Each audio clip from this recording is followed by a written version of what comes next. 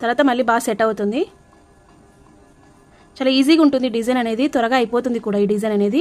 మామూలుగా మనము అల్లుకునే దానిలాగా కాదనమాట. అంటే ఇప్పుడు మన క్రోషిట్లోన కొంచెం వర్క్ అనేది ఎక్కువ ఉంటుంది మనకి. 7 సీడ్స్ ఆర్చ్ అల్లుకోవడం కొంచెం కష్టం అనమాట. ఇది మాత్రం ఒక జస్ట్ గొలుసులే. మీరు బేసిక్స్ నేర్చుకోవాలంటే ఇట్లా గొలుసులు వేసుకుంటూ నేర్చుకోవడమే బెస్ట్ నాకు తెలిసి. ఈజీగా అయిపోతుంది అనమాట. ఈ విధంగా సేమ్ అంతే. ఇది ఇలానే ఈ గ్యాప్లో నింపుకుంటూ ఫిలప్ చేసుకుంటూ రావాలి. మళ్ళీ ఒక 2 గొలుసులు తీసుకోవాలి. ఈ విధంగా తీసుకునేది మళ్ళీ ఈ గ్యాప్లో నుంచి మనం రావాలన్నమాట. ఈ విధంగా చేసుకుంటూ వస్తే అయిపోతుంది. ఫినిషింగ్ అనేది మనకి ఆటోమేటిక్గా వస్తుందండి. స్టార్టింగ్లోన రావడం కొంచెం కష్టం, ఎందుకంటే కొత్తగా నేర్చుకునే వాళ్ళకి కొంచెం కష్టంగా ఉండొచ్చు.